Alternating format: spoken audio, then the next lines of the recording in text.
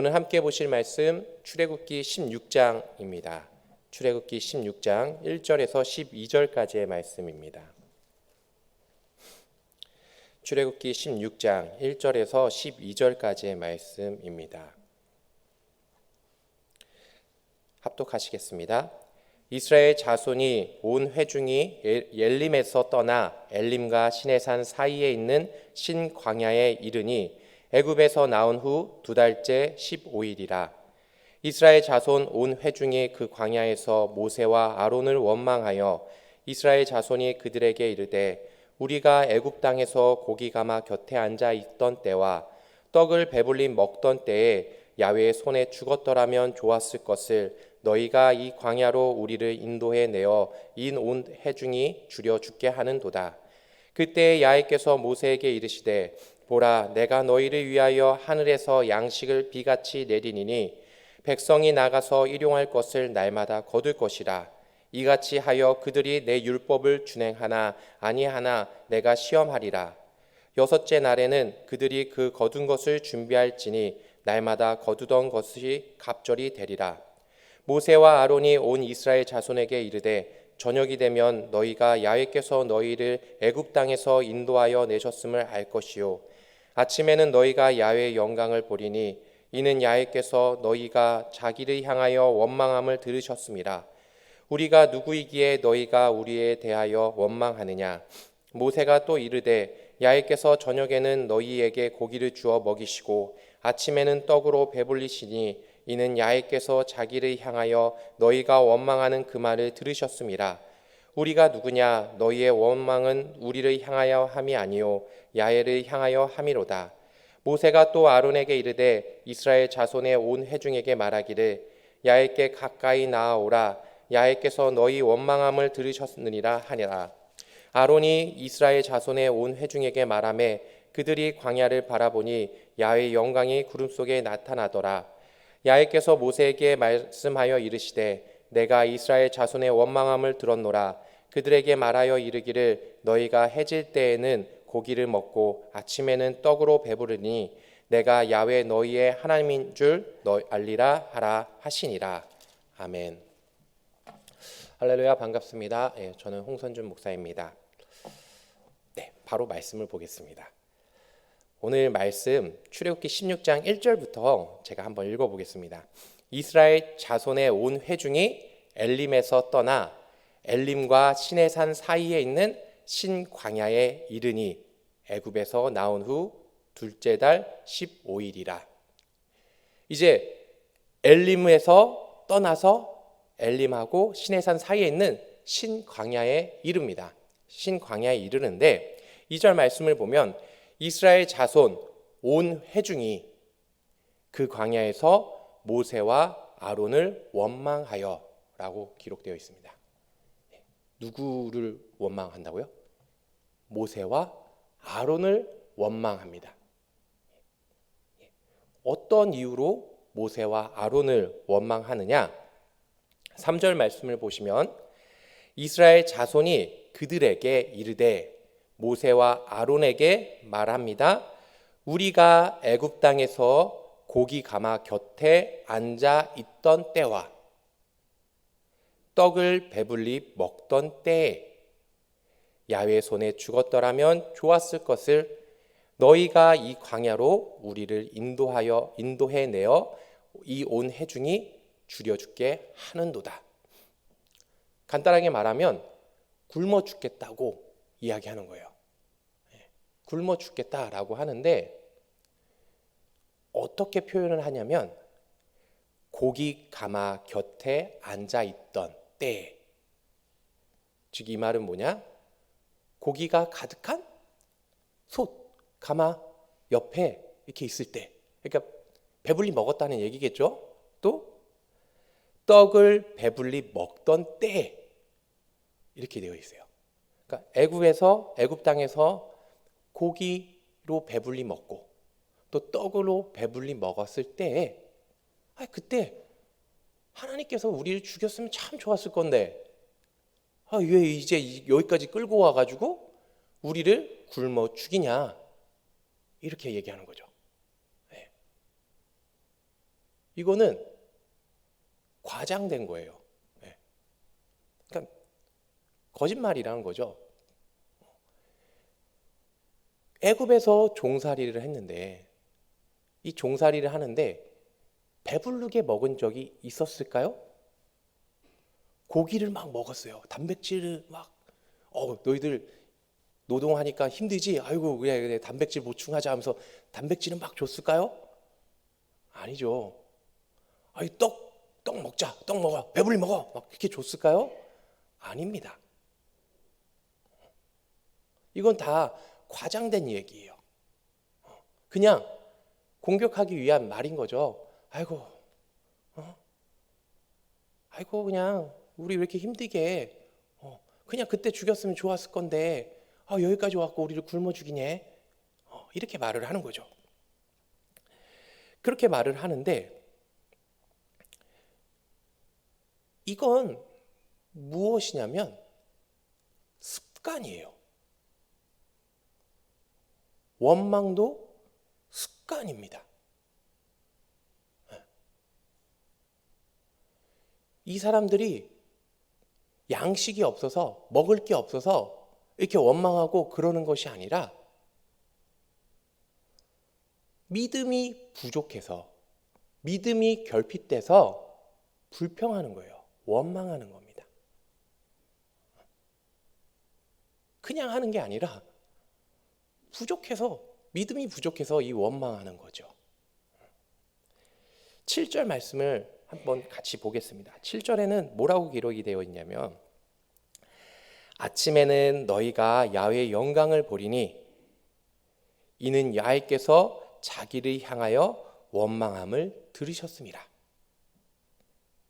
우리가 누구이기에 너희가 우리에게 대하여 원망하느냐? 야, 우리가 누군데 모세와 아론이 누구길래 너희들이 우리한테 원망을 하니? 다 이거 하나님이 들으신 거야. 너희 원망을 다 들으신 거야. 8절 모세가 또 이르되 야훼께서 저녁에는 너희에게 고기를 주어 먹이시고 아침에는 떡으로 배불리시니 하나님께서 너희 저녁에는 고기를 주고 아침에는 떡을 주셔 배부르게 하는데 이게 왜 그러냐면 자기를 향해 야훼께서 자기를 향하여 너희가 원망하는 그 말을 들으셨습니다.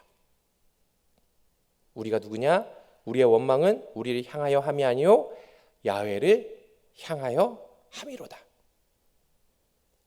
이 원망은 모세와 아론에게 향한 원망이 아니고 누구를 향한 것이다? 하나님을 향한 원망인 겁니다. 엄청난 거죠. 예. 아이고 이제 하나님을 넘보네. 하나님까지 갔네. 이렇게 된 겁니다.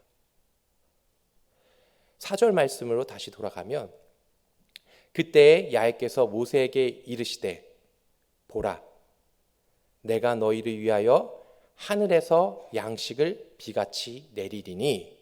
자, 다시 한번 읽어볼게요. 그때 야훼께서 모세에게 이르시되 보라. 자 봐라 이제 내가 너희에게 큰 일을 행할 거야. 자 봐봐 하늘에서 양식을 비같이 내리리니. 이제 하늘에서 비같이 막 양식이 떨어질 건데 백성이 나가서 일용할 것을 날마다 거둘 것이라. 날마다 거둘 것입니다. 이같이 하여 내 율법을 준행하나 아니하나 내가 시험하리라 라고 되어 있어요. 하나님의 말씀을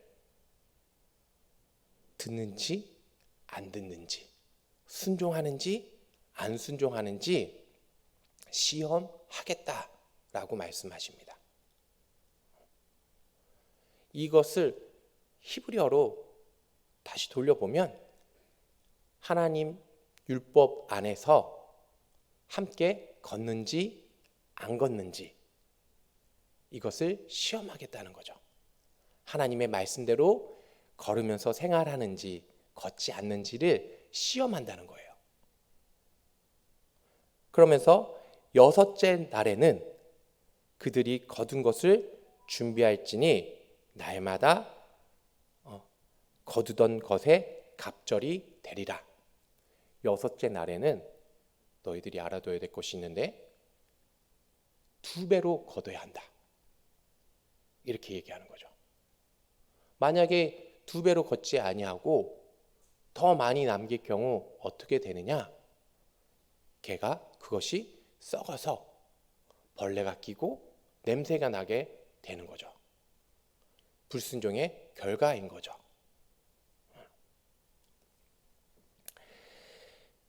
다시 말씀드리자면 하나님의 말씀에 순종하는지 안 순종하는지를 시험을 하신다고 하는데 날마다 이루어지는 거예요. 날마다 하나님의 말씀에 순종하나 안 순종하나 체크를 하시는데 6째 날에는 2배로 걷어야 돼요. 2배로 걷어야 되는데 이것이 너무 많이 거둘 경우 어떻게 되냐? 냄새나고 썩는 거죠. 이것은 뭐냐면 우리의 욕심에 대해서 얘기하고 계신 거예요. 너희가 욕심을 부리느냐 욕심을 부리지 않느냐 이것에 대해서 하나님이 말씀하고 계신 거예요. 날마다 나가서 거둬야 합니다. 40년 동안 거둬야 되잖아요. 막 거둬야 됩니다. 얼마나 귀찮겠어요. 물론 또 반대로 생각하면 얼마나 은혜롭겠어요. 오, 하나님이 오늘도 준비해 주셨네 이렇게 할 수도 있고 아이고 귀찮어 이렇게 해서 거둘 수도 있겠죠. 그런데 이 걷는데 중요한 것은 무엇이냐면 그날에 필요한 일용할 양식만 거둬야 되는 거예요. 그런데 그거에서 우리가 더 많은 것을 거두면 큰일 난다는 거죠.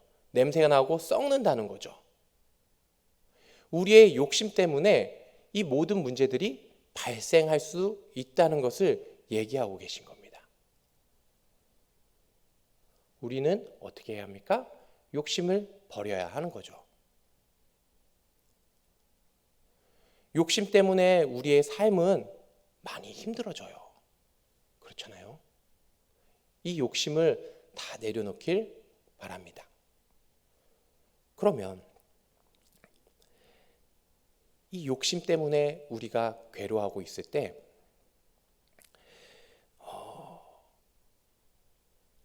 하나님의 동행하심을 함께 하심을 우리가 체험할 수가 없는 거죠.